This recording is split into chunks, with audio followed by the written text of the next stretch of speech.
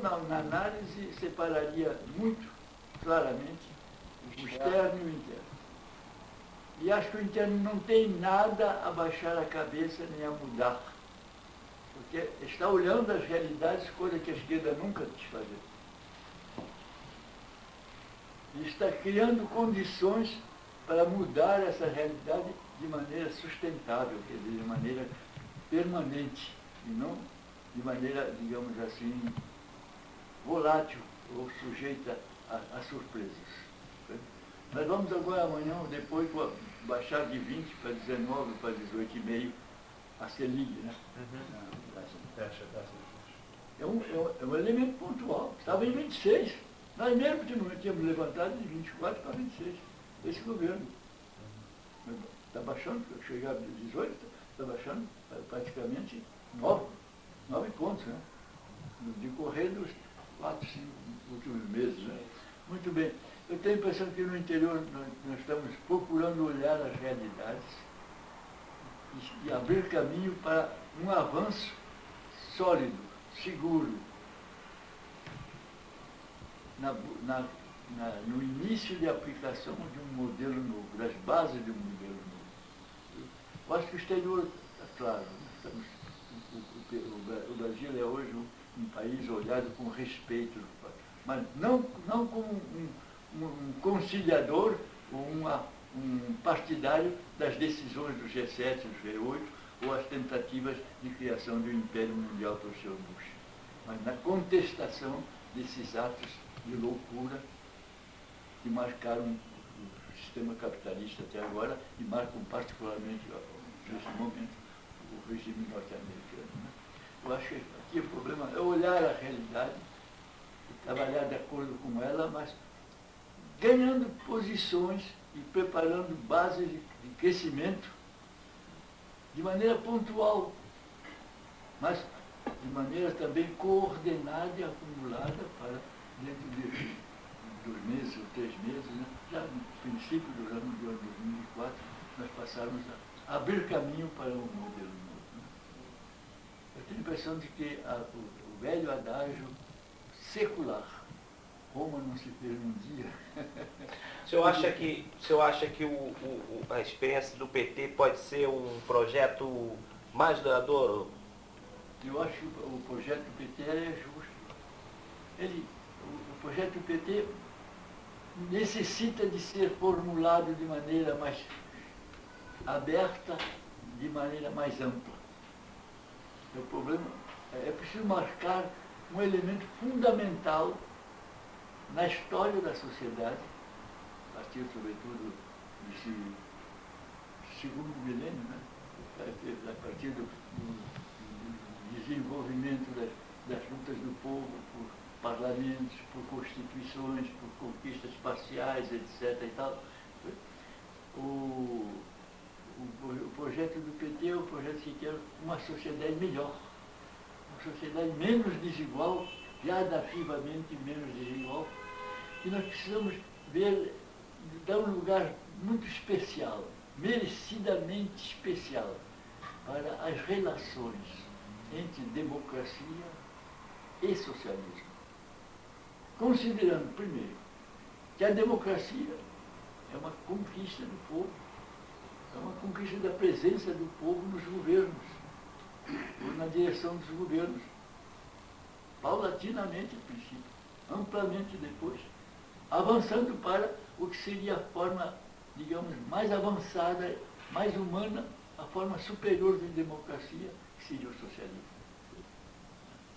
Então, eu acho que dá um valor muito alto ao problema da democracia.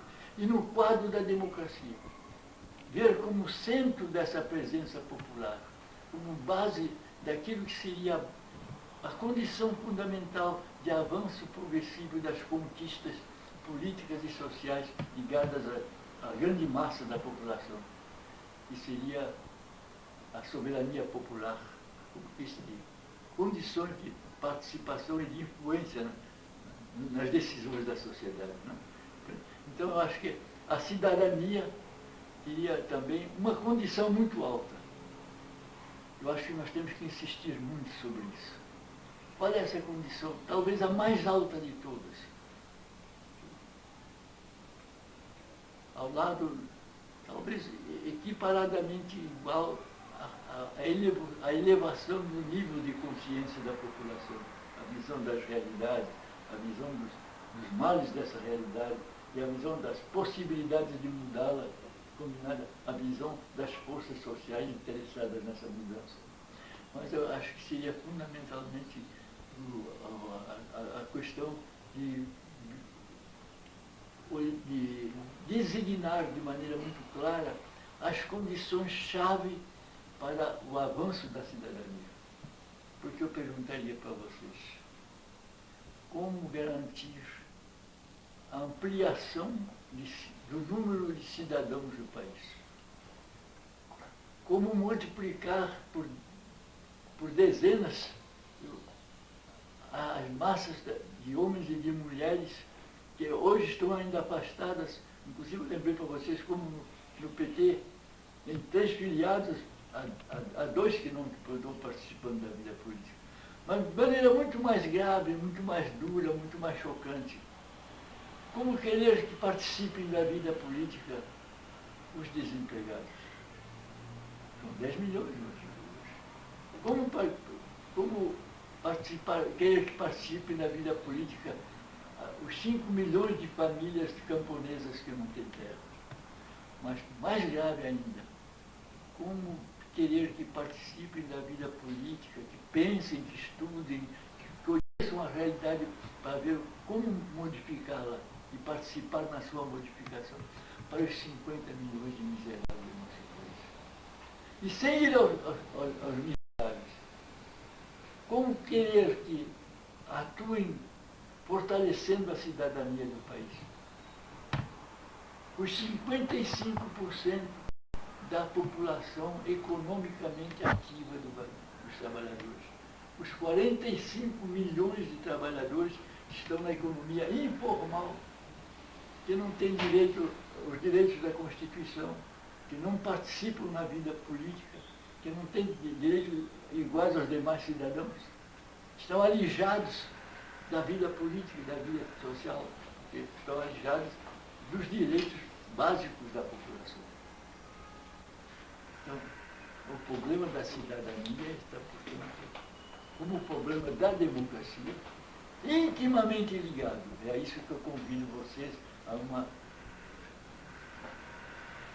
integração apaixonada, intimamente ligada ao problema da redução progressiva, o mais rápida possível, da exclusão social. Reduzir a exclusão social no sentido de ampliar o quadro da cidadania, ampliar a base da democracia, ampliar as condições para uma democracia sempre mais ampla, avançada, com a presença do povo, voltada para os interesses do povo e do nosso país, a caminho de uma sociedade, de várias sociedades melhores. Ao lado da luta contra a exclusão social, a visão do avanço político, não rapidamente como querem os nossos amigos que estão em choque com o PT hoje. Radicais. Não só radicais, mas a rapidez, é o ritmo rápido das mudanças. Viu? A questão é a seguinte, o avanço da democracia tem que ser olhado como a conquista de uma sociedade melhor, repetida e ampliada. A imagem dessa sociedade melhor em novas sociedades sucessivas, a caminho de uma situação mais ampla em que a presença do povo torne muito mais clara e muito mais fácil o salto para o socialismo. Um salto sem aviões, um salto sem artifícios, um salto natural. Porque a democracia, o socialismo é a forma superior da democracia. Nesse sentido, querer dar passos mais altos, porque não há ainda condições suficientes para garantir a continuidade desses passos mais altos. Vocês desculpem, eu falo muito, tomei muito tempo de vocês. Não, para nós aqui é uma uma aula. aula, é uma lição de Lição de vida, lição histórica. Isso vocês ouviriam de alguns companheiros que sofrem, como eu, de uma doença muito simpática. Nós somos os velhos teimosos. Você não achava interessante ele falar um pouquinho dele, não? Falar um pouquinho sobre a história política dele? O representante dessa geração, Polônio Carvalho, agora que participou da Guerra da Espanha, ele já falou muitas vezes sobre isso, tem até livros sobre isso. Agora, que fatos você destacaria nessa sua trajetória de vida como representante de uma geração teimosa, né, que está aí insistindo nas mudanças?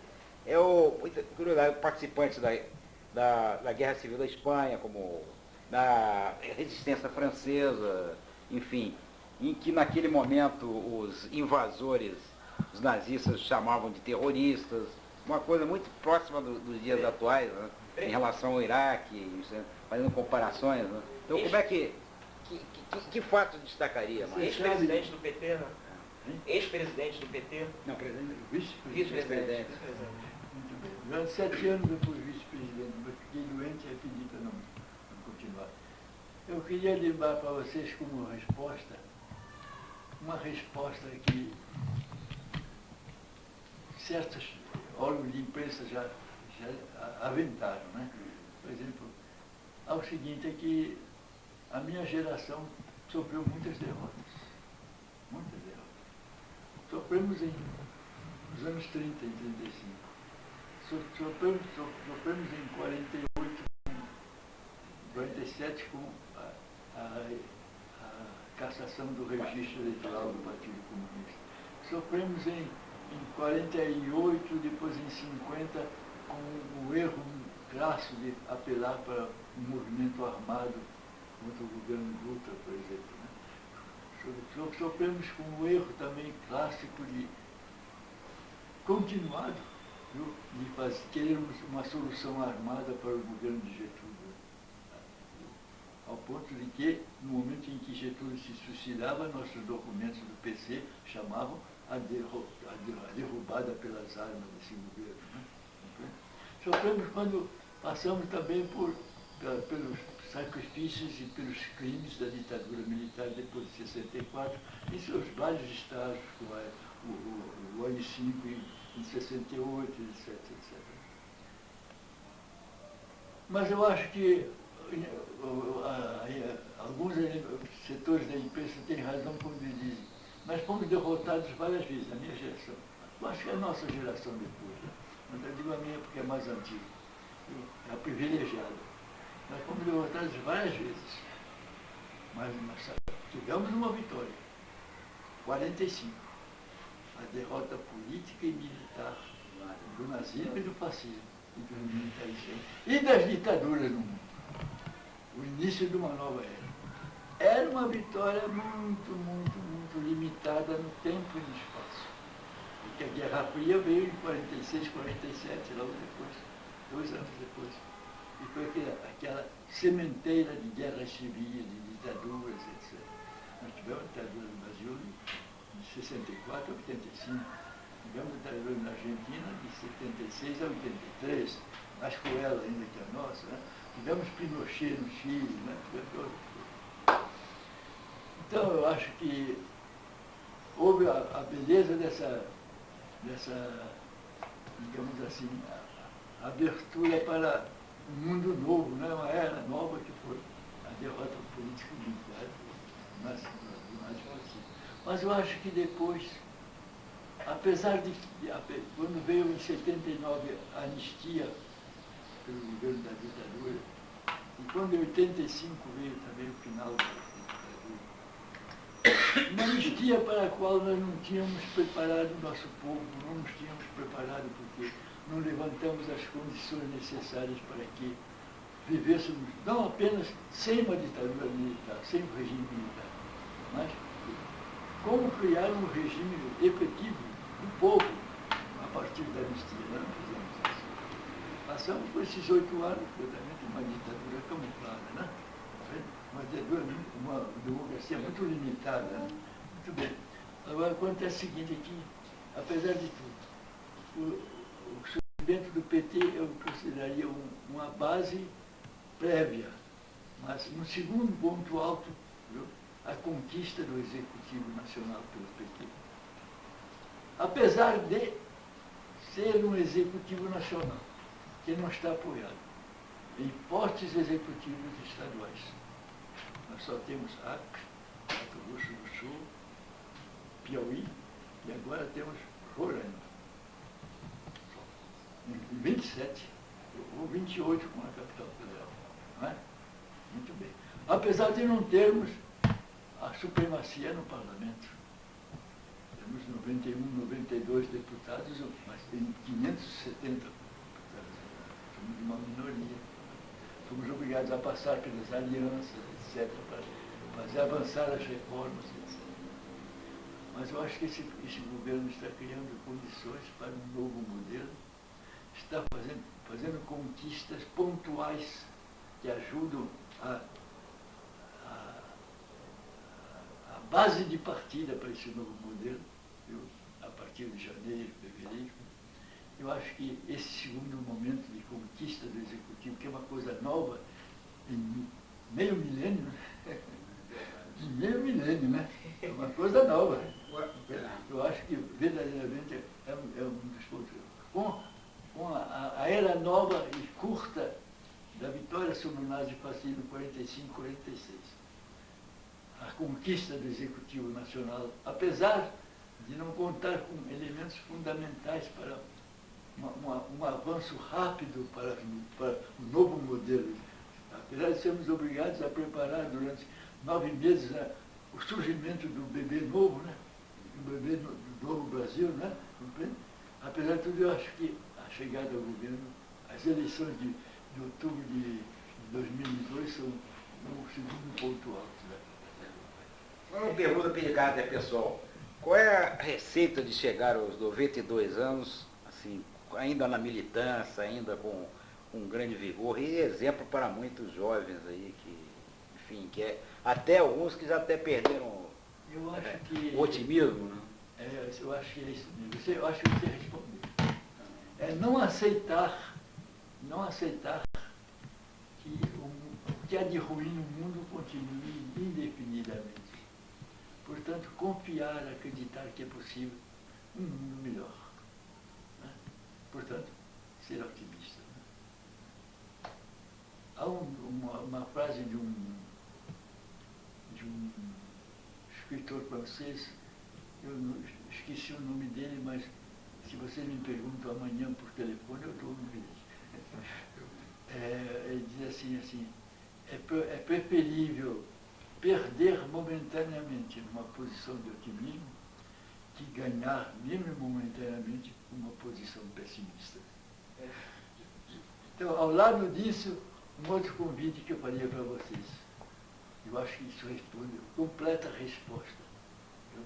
Não aceitar a permanência do que é ruim, mas saber, ter confiança em que, mesmo nas situações piores, há sempre uma faixa pequena que permite acreditar na saída para algo melhor e utilizar essa faixa pequena para melhorar.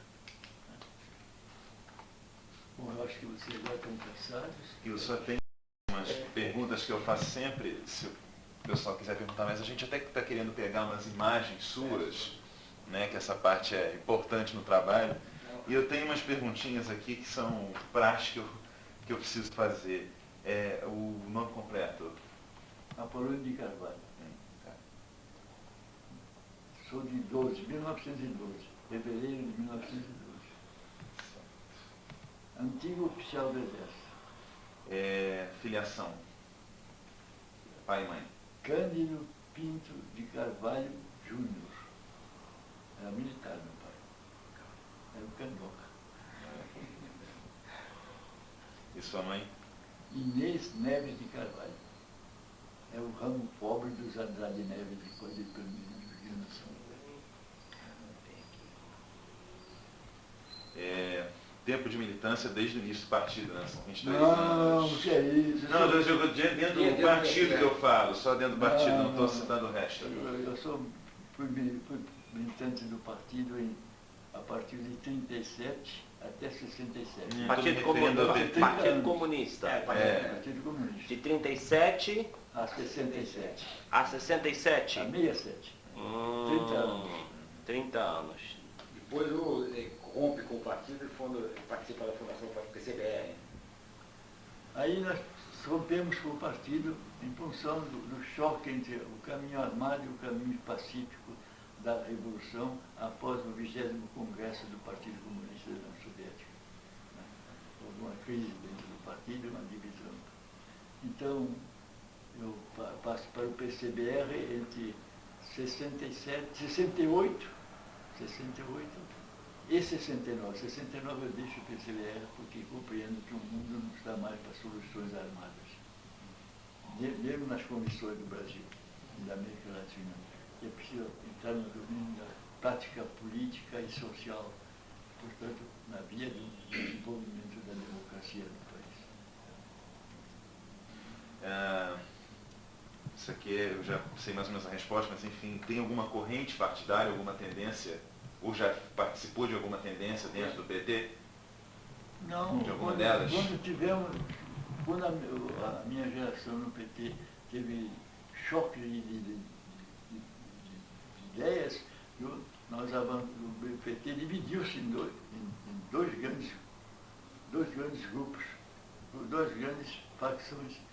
E a facção pacífica, o caminho pacífico, o caminho daquilo que seria o protesto armado contra a ditadura. Nós não fizemos uma luta armada contra a ditadura, fizemos um protesto armado contra a ditadura. Foi a única. Mas eu digo dentro do PT. Dentro do PT. Ah, sim, tá. Mas não chega a acertar.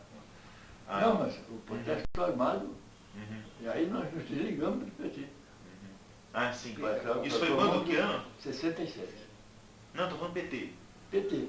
PT mesmo. Não, ele está falando do PC. Ah, tá. Estou falando dentro do PT. Agora, no interior, Partido dos Em Trabalhadores. 68 nós deixamos o PT. PC antigo, PC, PCB. Foi o meu único partido, né? Depois veio o PT em 1980. Ah, sim. Você foi vice-presidente do PT, não é? Partido dos Fui Trabalhadores. durante 7 anos esse período. 80, 87. Depois fiquei doente, Tá. pedi. Deixa eu ver. Não, é que a gente pergunta mais sobre o PT mesmo. É uma pergunta aqui.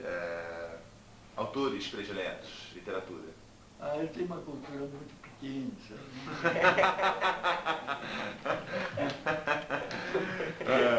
Mas adorei sempre a nossa literatura, adorei sempre a literatura francesa. Conheço levemente a italiana e a norte-americana, mas levemente. Eu não sou forte em cultura. Não. Certo. Vou colocar isso aqui. Estudos, escolaridade. É verdade, o problema é vivência, né? Abertura para discussão, para debate. Isso enriquece muito a gente, dá a impressão de que a gente leu muito, né? Escolaridade, estudos. Formei na escola militar do Realengo. Tá. Saí de lá em Formação militar. 1933. Tá. Isso equivale à formação superior, digamos assim? Pode ser, né? Alto-oficial, não é? Ele foi... Não, mas eu em 36, 3 anos depois, fui Faculdade- caçado. Fui caçado. Ah, sim. E qual era o seu posto? Hein? O senhor foi caçado em que posto, cara? Capitão ou tenente? Eu era tenente. Tenente. Ah, sim. 3 anos depois. Mas alguma universidade de Hoje direito? sou coronel reformado, mas tenho direito Coronel. a ser general. Ah, sim. Tá. Estou lutando para reconhecer isso. E da resistência francesa tem o título de general ou coronel? Bom, na Espanha eu fui sempre tenente, mas com funções de coronel. Na França eu terminei como coronel honorário do exército francês, das forças francesas do interior. E depois no Brasil com anistia, fiquei coronel do exército, reformado do exército. Apolônio, você tem uma profissão fora do exército? Não, eu tinha um amor terrível à medicina, mas não deu. Poesia também, né? Poesia também. Eu gostei, eu tinha Tem muita muito- vontade de ser jornalista. Eu escrevo de vez em quando e tudo mais. Já leu algumas poesias assim, né? Mas poesia. E um bom repórter, né? Como Fidel Castro se considera um grande repórter. Importante. Né? Mas deixa a Fidel Castro lá em cima. Assim, uma última pergunta. É sobre o Estatuto de 2000. O último estatuto do PT, que foi o quarto, né? Eu acho que foram 4 estatutos, Eu acho né? que foi. Esse estatuto, na sua opinião, foi discutido democraticamente? Ultimamente já não funcionava tanto no PT, né? Porque em 87, quando eu fiquei doente, então me afastei. Fiquei muito ligado à direção, dou minha opinião em todas as coisas que estou dizendo para vocês, já comuniquei aos dirigentes sobre as pessoas ameaçadas de expulsão, tudo mais, sou contra, estou constantemente em contato com a direção e dou minha opinião. Mas o último estatuto. Sua opinião sobre o último estatuto, Agora, eu tenho uma opinião muito particular sobre as chamadas comissões de ética partidárias. Eu acho que não é só o problema do PT, é um problema geral. As comissões de ética correm o risco, não quero dizer que estão incorrendo, mas incorrem no risco de se sentirem, seja um centro de repressão da polícia, seja um tipo de tribunal julgador. Eu acho que as comissões de ética devem ter em mira denunciar erros, corrigir erros e fomentar o reconhecimento dos erros e a autocrítica. O objetivo é ajudar a crescer e dignificar o militante, e não puni-lo ou jogá-lo fora da organização. Assim, uma pergunta aqui, cargo parlamentar, você chegou a ser deputado, alguma coisa? Não, nunca quis ser nem vereador, nem senador, nem deputado. Tá ótimo.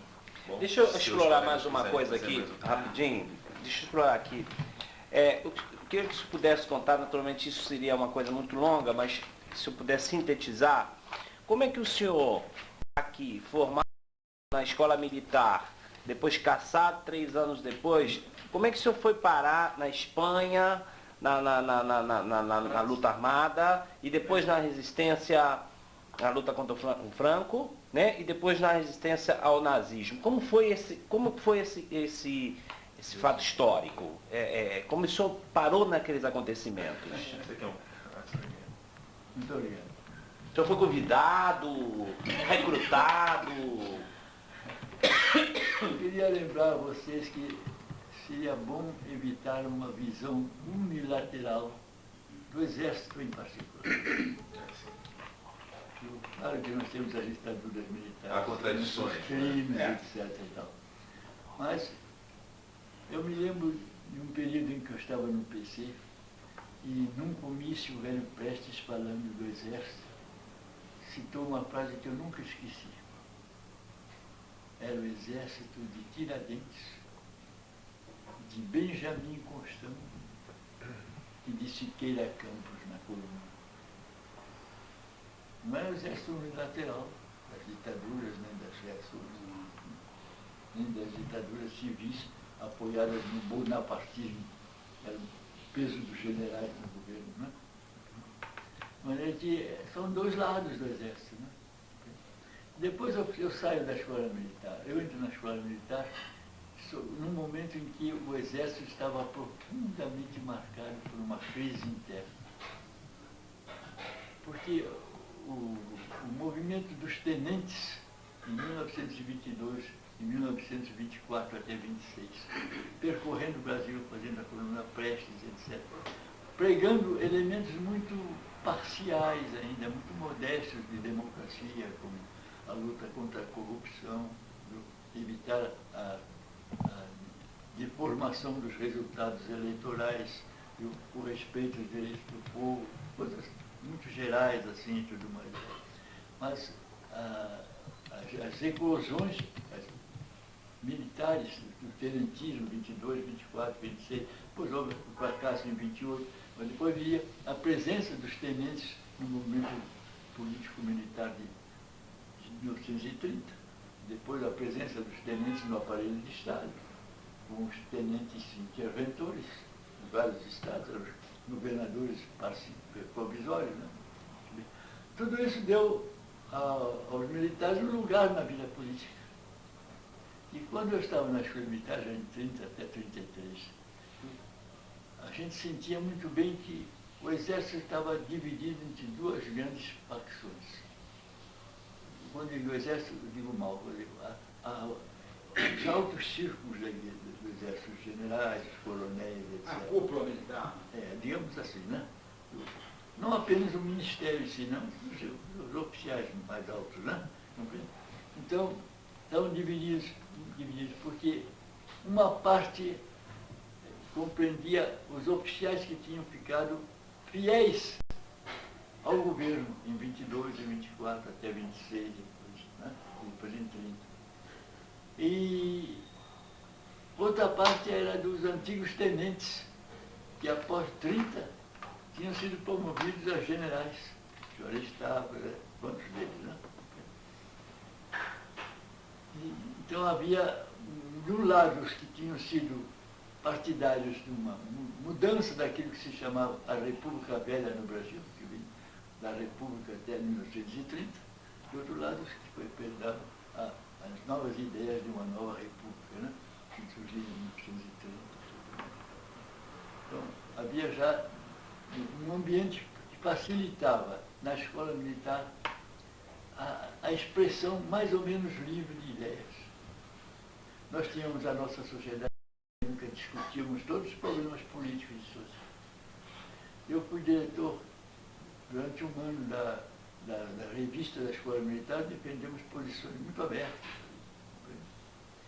Então, havia essa situação que facilitava a busca de caminhos de liberdade, de respeito à soberania do país, de respeito aos direitos populares.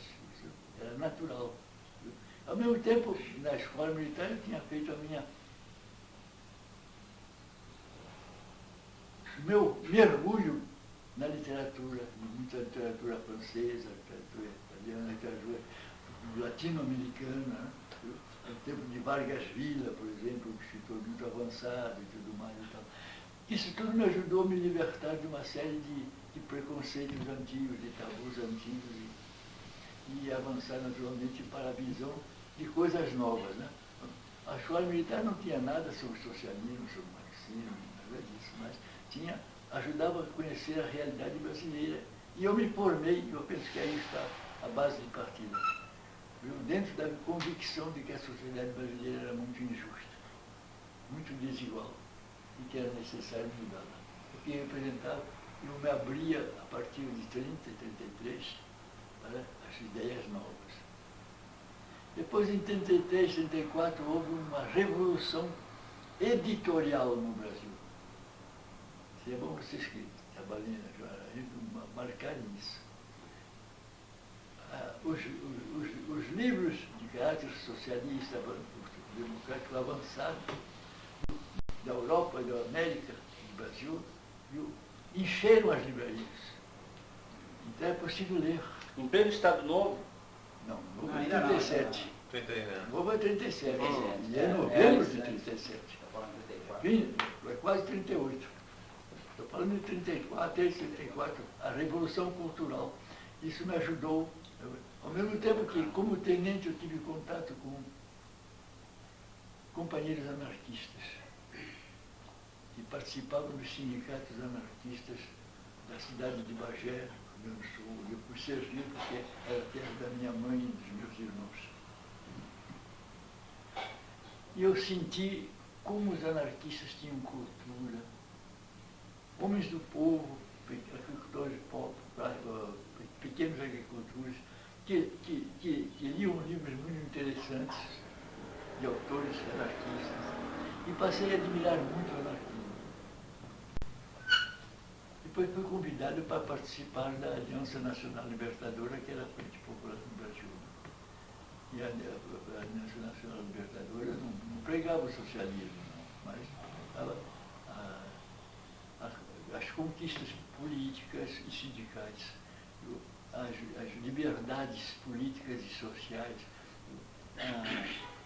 a mudança da imagem do Brasil de um país agrícola para um país industrial, etc. Getúlio faria isso a partir de 40, né? E Juscelino a partir de 60, né? Muito bem. Então, isso tudo são elementos em que não as conjunturas, mas a própria história do país e a sequência das transformações políticas do país, né, ajudavam também a juventude e a minha geração a adquirir ideias novas. Né? Por que eu fui à Espanha? Porque, afinal de contas, em 1935, eu já ia participar da formação da Aliança Nacional Libertadora, a Frente Popular Brasileira. Não tinha participado nos movimentos armados que foram. Eu estava no Sul. Os movimentos armados tinham sido sucessivamente em Natal, Recife e depois no Rio. Mas eu tinha participado da criação da Aliança Nacional Libertadora em Bagé, em São Gabriel, em Dom Predito, em algumas cidades próximas. Então, para a sede de ditadura, de repressão do governo Jesus Vargas, nessa época, isso já era um crime, né? Então, eu queria meu diploma cassado de oficial do Exército. Né? Então, quando eu saio, sou preso, quando eu saio da prisão, em junho de 1937, já nós estamos às vésperas do golpe militar na Espanha. Né? Aí, na prisão, a prisão é a grande universidade política. O senhor ficou quanto tempo preso? Um ano? Fiquei preso 1 ano e meio. 1 ano e meio. E aí eu conheci o Partido Comunista e passei a estudar na prisão com companheiros meus, que eram já mais avançados, né, na militância.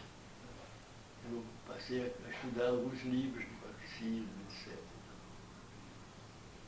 Sem me deixar levar pelo culto à personalidade. Eu nunca tive culto à personalidade, nem de Marx, nem de Lenin, nem de Mao Tse Tung, etc.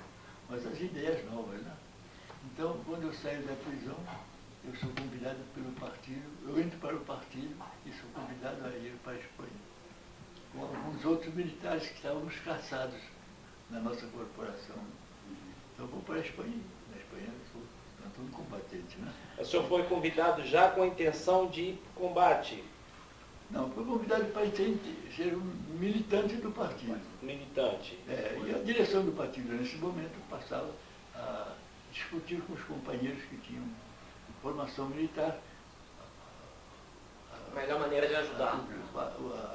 A possibilidade e a utilidade nossa num país como a Espanha, onde o golpe de Franco tinha roubado 85% das forças armadas de terra. Não roubou a Marinha, porque a Marinha os marinheiros afogaram os oficiais que queriam rebelar-se. Mas no Exército, 83% foram jogados fora da República. A República estava dividida em 2 pedaços. Um como República e outro todo o governo dos generais, né? E da igreja. Né? E dos restos da nobreza antiga. Né? Então, aí eu fui para a Espanha.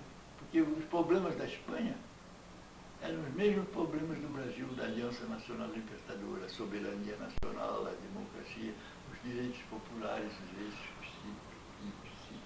cívicos e, ao mesmo tempo, um desenvolvimento voltado para a questão social. Né?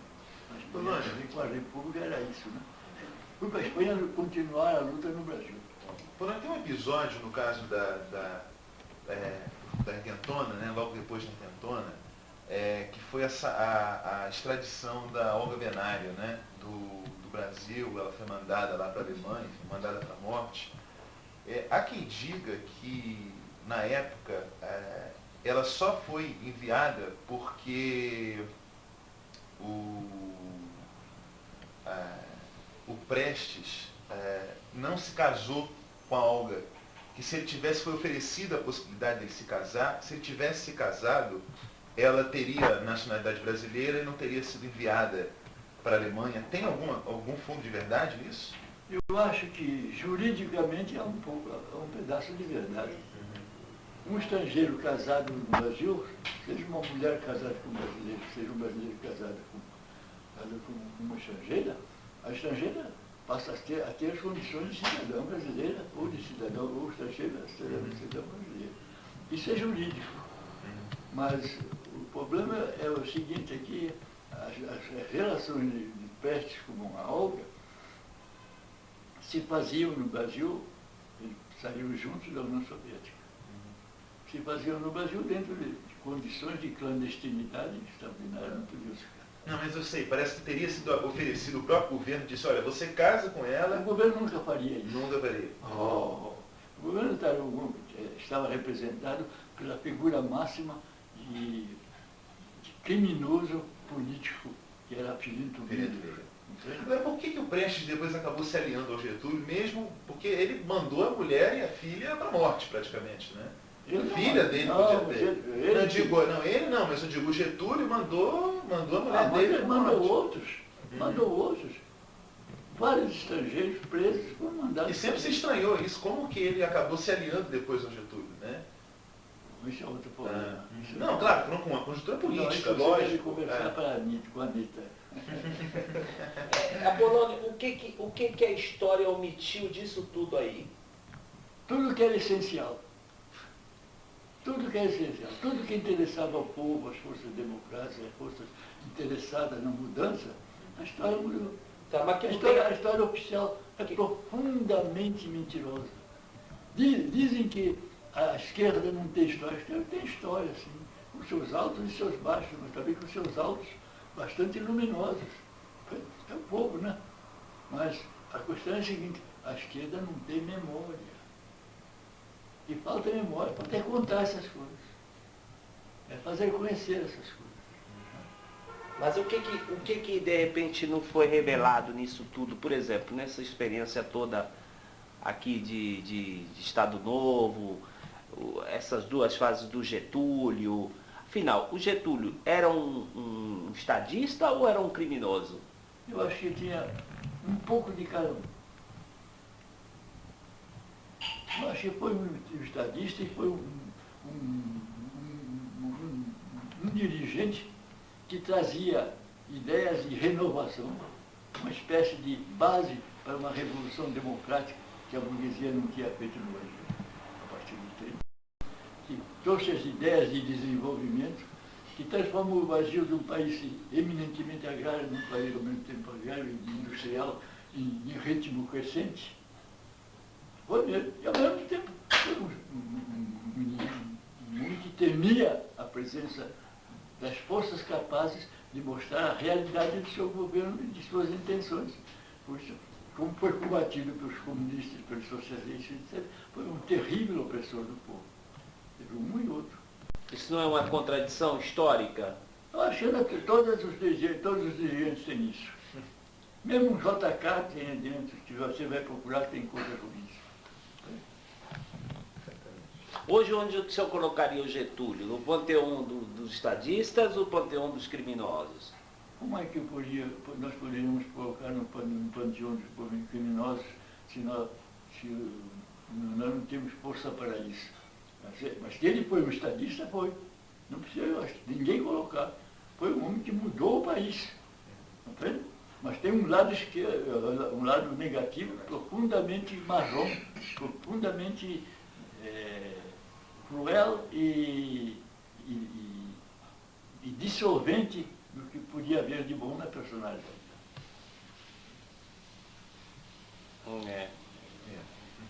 É um outro capítulo, né? Diga que o Getúlio é uma esfinge, né? Que tem... Não é esfinge, não. É muito... Sério, via muito claro as coisas e tudo mais. Agora, não dá... Foi um homem que partiu da recusa de um setor, de uma crise enorme da República Velha. A prova é essa, que chega no final dos anos 20, situação de divisão, de choque de interesses, etc. Talvez em parte apenas apoiado pelos choques novos entre os interesses americanos e os interesses ingleses que até então dominavam o Brasil, né? Mas, sobretudo, os ambientes novos. Porque, veja bem, por exemplo, o Getúlio liderou o Estado Novo, reprimiu os comunistas, reprimiu todos os movimentos revolucionários na época, controlou os sindicatos, nomeou o Filinto Miller chefe da polícia, temido Filinto Müller, que era um fascista de 4 costados, depois quase apoiou o nazismo, o governo brasileiro foi o último a romper com o eixo. Quer dizer, tem muitas contradições, né, o período de Getúlio, né? Ao mesmo tempo criou a Petrobras. Eu tenho medo que você, ao falar, continue falando nessa base de unilateralidade, vendo um lado só. Tudo que você diz é certo. Getúlio fez todos esses crimes. Mas Getúlio fez a febre. Combateram o nazifascismo na Europa. Foi em 1944. Foi a febre. Uma posição nítida antifascista e antinazista. Getúlio, sob pressão americana ou não, todo esse conjunto de fatores pesam sobre o presidente. Mas declarou a guerra à Alemanha. E fez essa guerra. E sofreu as consequências dessa guerra, os torpedeamentos, essas coisas da nossa cultura. Getúlio foi um homem que foi derrubado em outubro de 1945, porque estava aceitando uma constituinte com ele. E as forças reacionárias brasileiras mais conservadoras sabiam que com isso ele cresceria muito mais em 1945. Aí eu derrubaram. Mas Getúlio é um homem que volta. No primeiro turno, com maioria absoluta de eleitores, em 1950. Volta para a presidência. É um homem que cria a Petrobras. Não seja unilateral, meu querido. Com isso você não vê a realidade. Vê a realidade deformada. Então você é vítima da manobra da direita, que só vê um lado para atacar a gente. E você é esquerda. É puro que é isso. Polônia, já que não me queira mal, né? Preciso chamar a atenção, porque verdadeiramente você está escorregando. Já que nós estamos falando de Getúlio Vargas, como é que você viu o preceito levantado por Fernando Henrique Cardoso, o antigo presidente, de que tinha decretado o fim da era Vargas? Foi um momento de desequilíbrio que não é uma coisa excepcional no presidente. Como Vargas se apoiou nas forças populares? Apoiou-se em 30. Apoiou-se depois, viu, com a Constituição. Muito bem. Foi combatido no movimento de 32, viu? Mas conseguiu unir forças e tudo mais e manter o seu governo. Ajudou a fazer a Constituição de 46, que tinha elementos positivos. Você também não é muito unilateral, você. Não, esse aqui é total unilateral. Você é quase total. Quase total. Está muito próximo. Mas eu fiz a pergunta, só o Fernando Henrique Cardoso falando isso. Mas no momento de desequilíbrio... Vai ser processado e todo?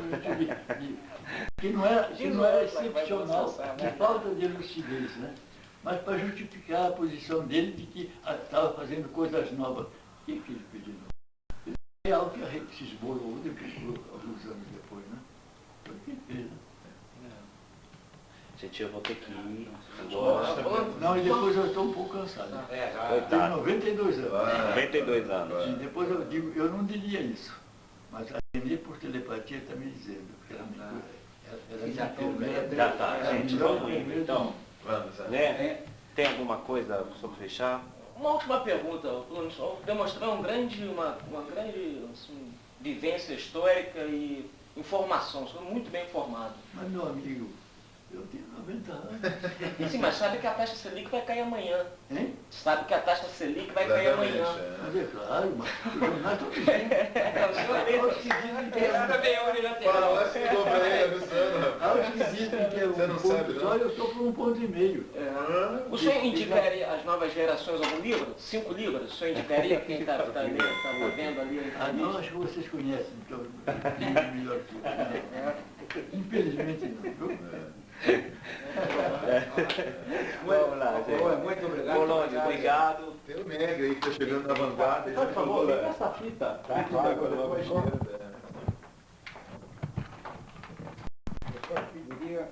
aqui, ó. Isso é um documento histórico.